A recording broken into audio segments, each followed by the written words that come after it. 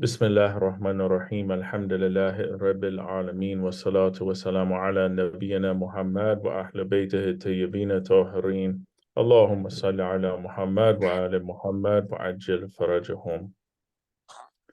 So in greater sins, we were talking about the oppressors and helping the oppressors and this, and we spoke about verses in Quran, and now we got to the part about narrations from Ahlul Bayt alayhi salam about helping the Dhalimeen or oppressors.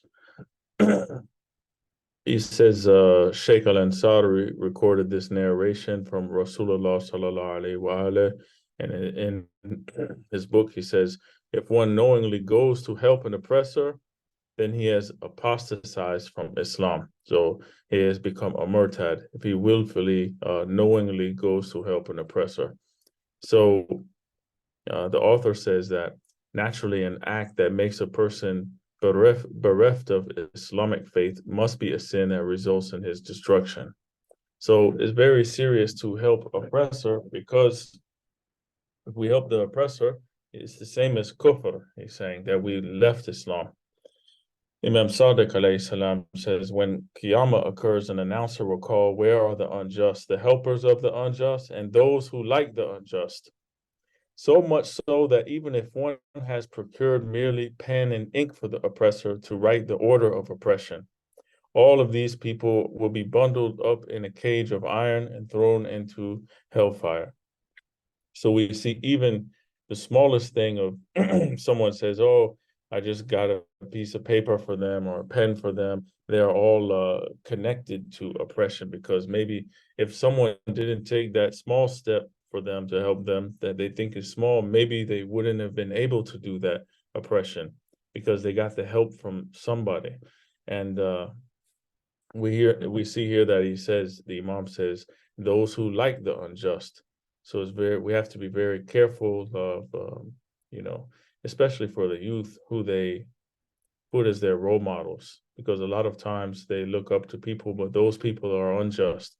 And we have the best role models with Ahlul Bayt alayhi salam, but unfortunately the children don't take the time to learn about Ahlul Bayt, or the parents are too busy to teach their children about Ahlul Bayt, so they only go after these other people who could be oppressive people or could be doing wrong towards other people. So we have to make sure that we invest the time, even though it's difficult. We have to do that. If we don't teach them, the people outside will teach them.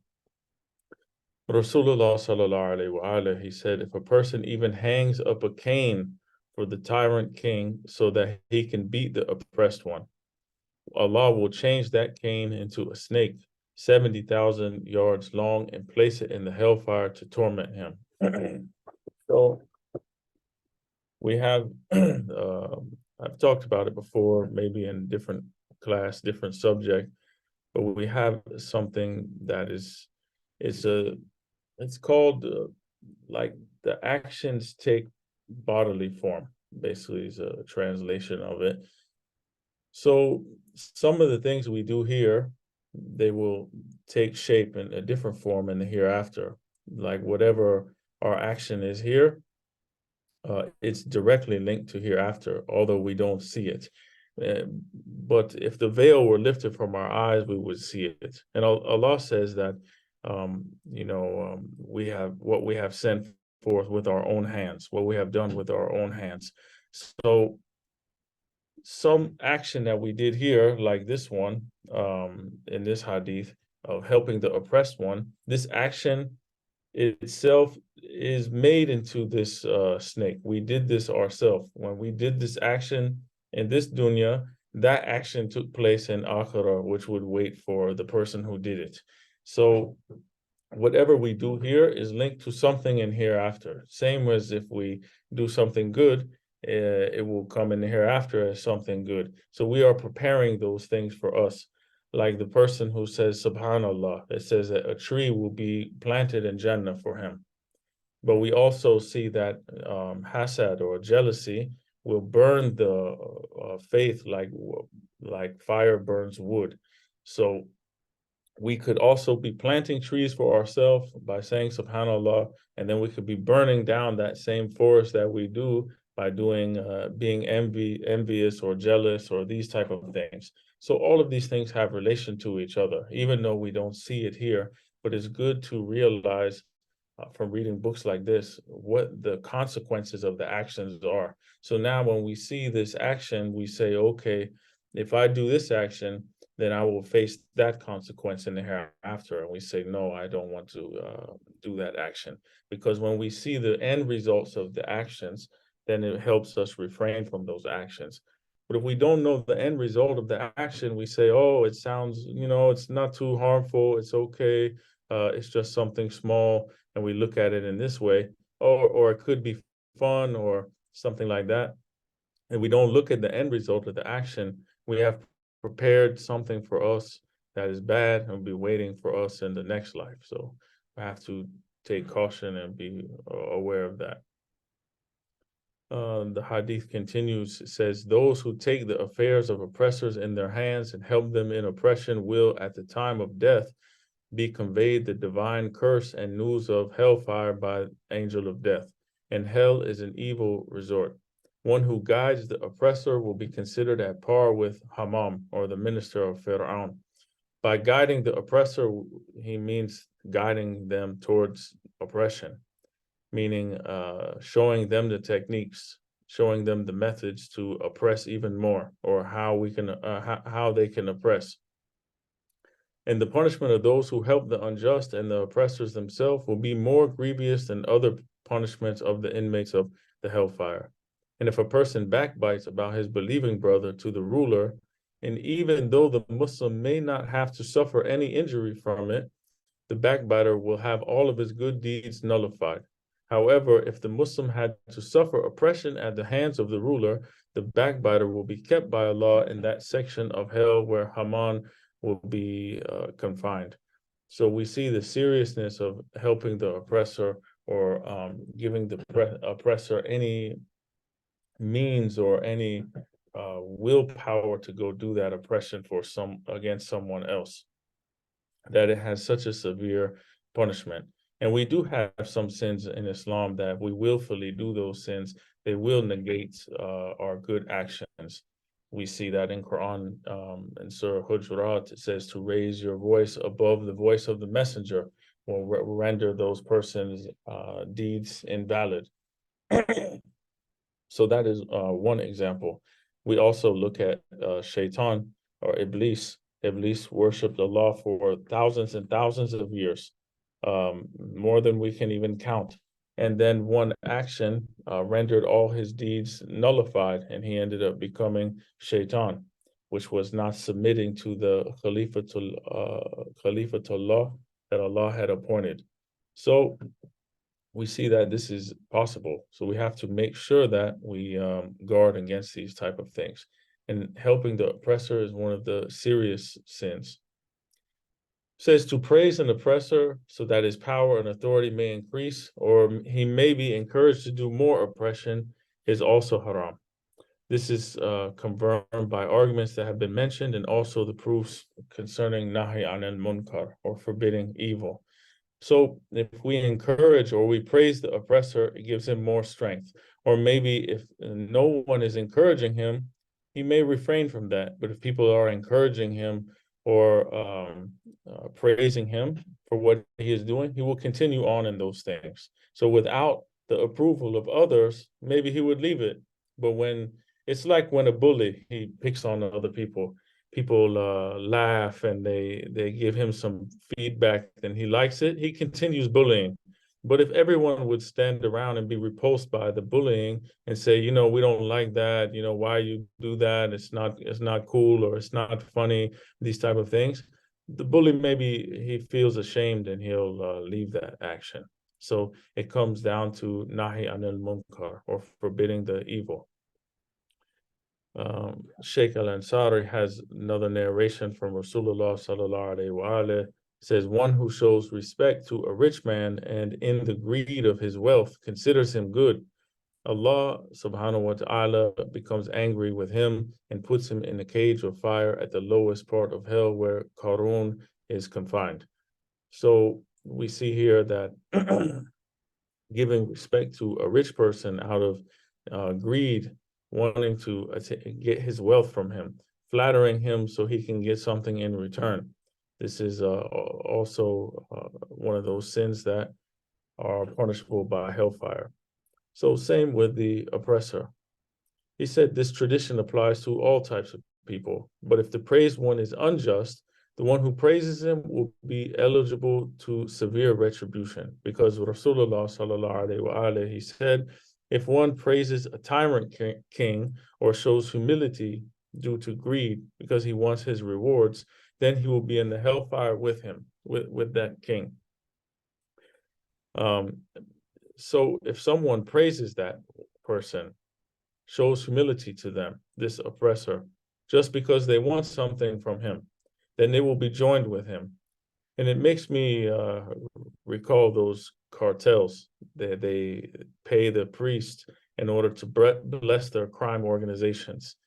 They pay off the priest, and the priest bless them, and then society says, okay, well, the priest bless them, so okay, then they must be okay because the church agrees with them. So the same would apply if ulama praise some oppressor or some oppressive regime just so they could get the rewards from them, then they will also be joined with that oppressor. If it would be forbidden for someone to praise the oppressor, especially if he has a high position, because his coming out with that oppressor, it would sanction that oppressor and say that, he's okay.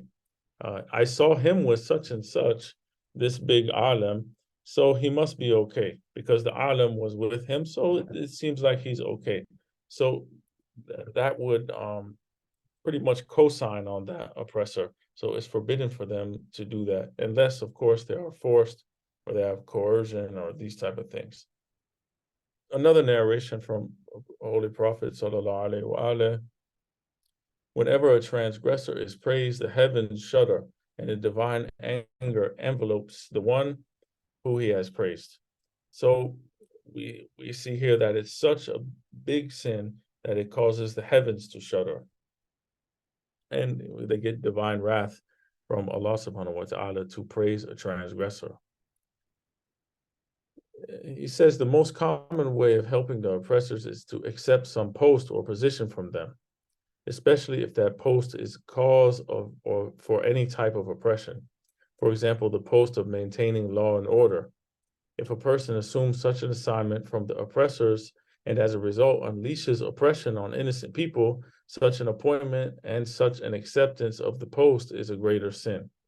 If, as a result, innocent people are subjected to hardships, the doer of such actions is sure to have a severe punishment from Allah subhanahu wa ta'ala. So the person who takes that position and knowingly he has to go oppress other people or make innocent people suffer, obviously his ending is going to be bad, that he shouldn't take that type of position.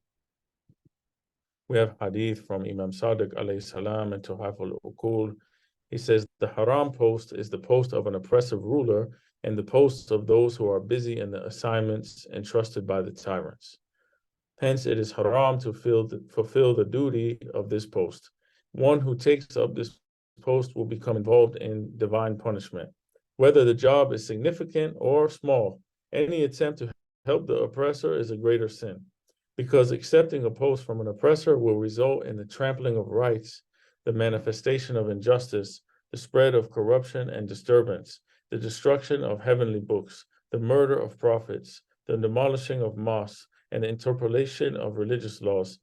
Therefore, it is haram to work with them, except when there is a condition of utter helplessness, like when it becomes permissible to drink blood or to eat the flesh of the animal that is not slaughtered in the way of Allah.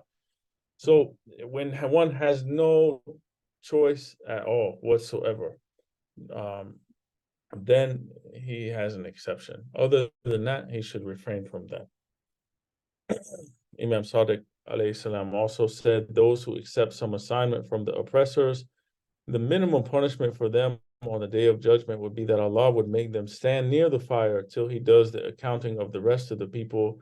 After that, he will decide about them. They have some interesting stories about those who took the position from the oppressors. One of them is, he says in the last portion of the book, Dar Salam, there's an incident concerning Sayyid Muhammad Ali Iraqi. He was one of those who had the honor of seeing Imam Zaman Ajallah Ta'ala Farajul Sharif. He says, during the time of my youth, I was staying in my native village in Iraq. The name of that place was Kahar Mansur. In those days, a person who I knew by his name and lineage passed away, and I was buried in the graveyard opposite to our house. For 40 days at the time of sunset, a fire arose from his grave, and wails and screams were heard. One of those nights, the wailing of that dead man became more intense, and I was very much disturbed. I became so frightened that I was trembling uncontrollably, as if the punishment was on me. So much so that I eventually began to lose my consciousness. When my friends came to know of my condition, they came and carried me to their house, and I stayed there until I was well again. Afterwards, I came to know that the dead man was working in the local court. One day, he had demanded some tax from a Sayyid who was unable to pay. This man arrested the Sayyid and locked him up in one of his rooms. He hung him from a ceiling of his house for quite some time. It was due to these deeds that he was punished after his death. So you see that because of some tax, he tortured a Sayyid, put him in a room, locked him in there, and hung him from the ceiling and to torture him. So after his death, he was an oppressor, and he helped the oppressive courts, and he did these things to a Sayyid. So this was his ending. Another interesting story the author mentions is by name of someone, Aga Muhammad Ali. He would sell perfumes, and he was somehow connected with the court system. He promulgated an order banning all the people from any kind of trade in perfumes. During that period, a Sayyid had some perfume, and he sold it to some other trader. When this tyrant came to know of this, he met the Sayyid in the market and abused him excessively. He even slapped the Sayyid. In reply to this, the Sayyid said, "My ancestors will repay you for this."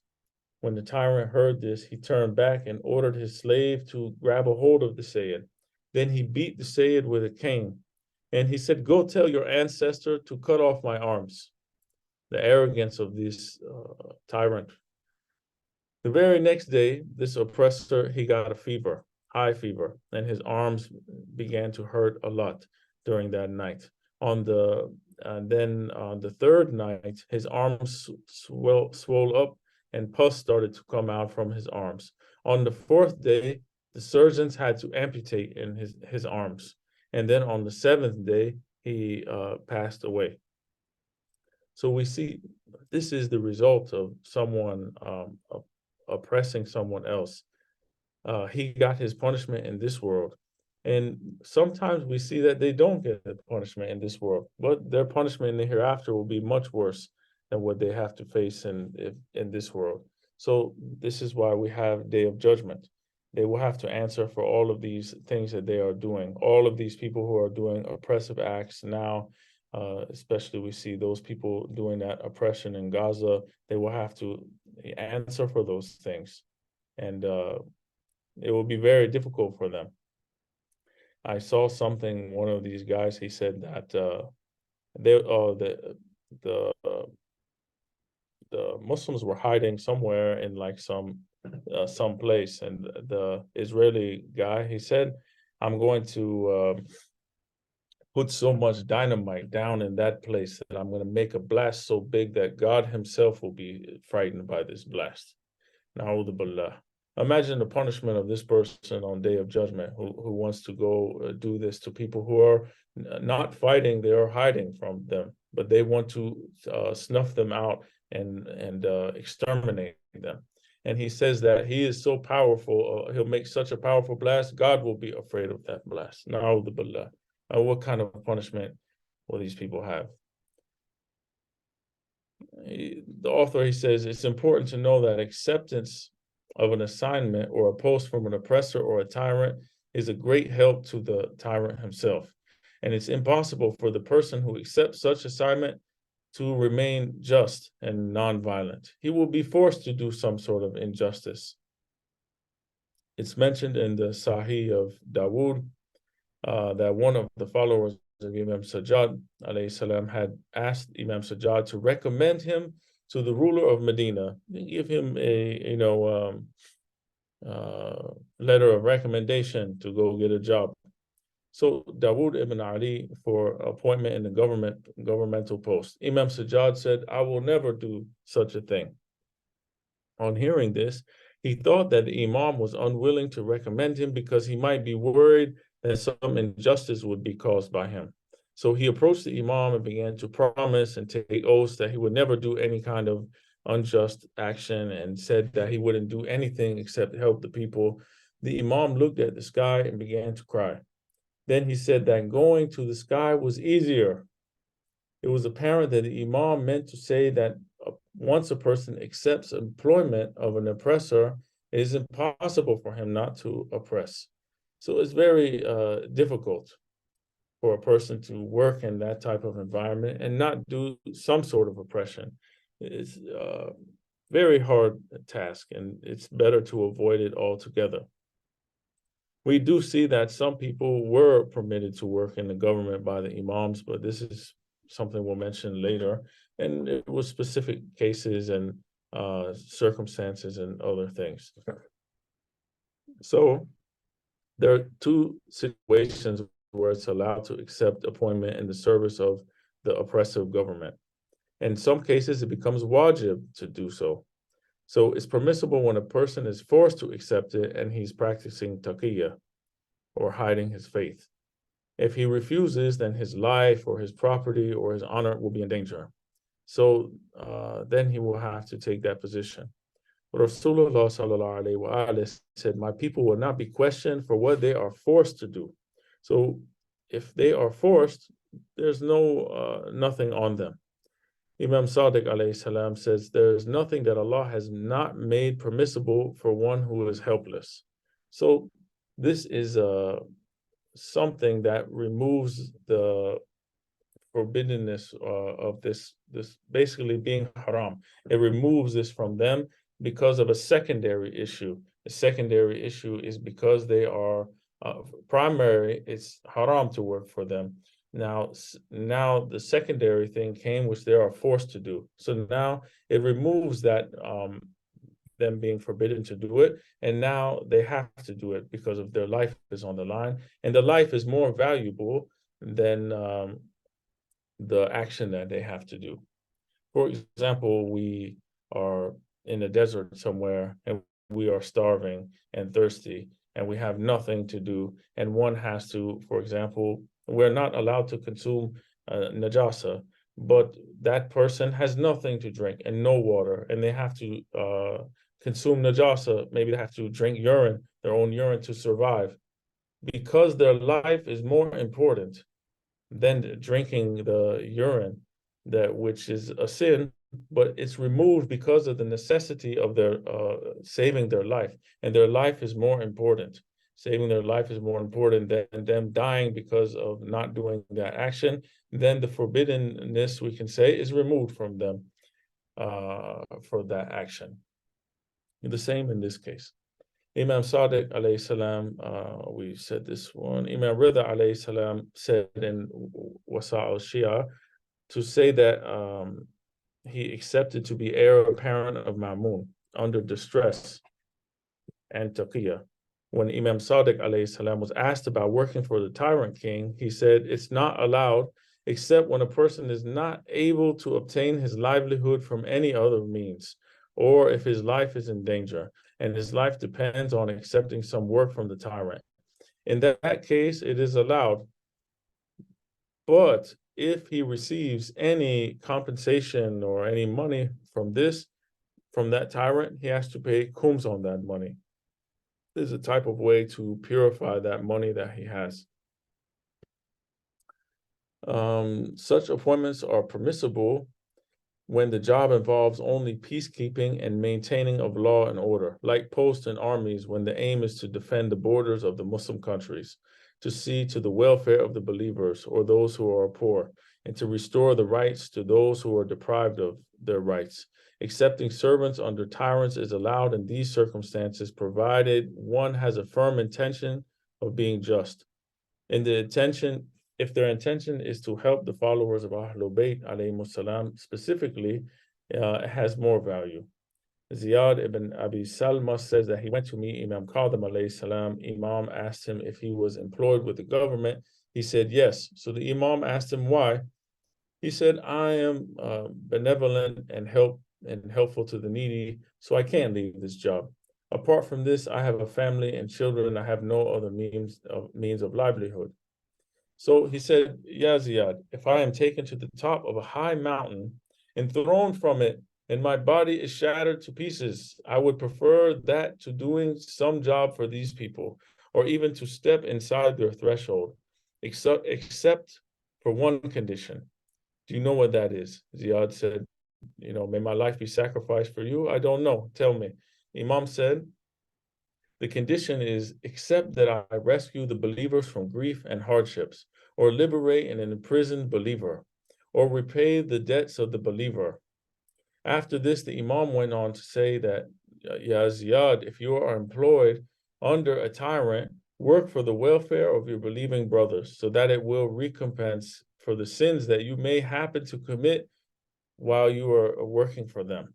So the Imam says this job is not a good job to pursue, but if you have to, then you can do this. Or the condition that you are working in that job in order to help the believers.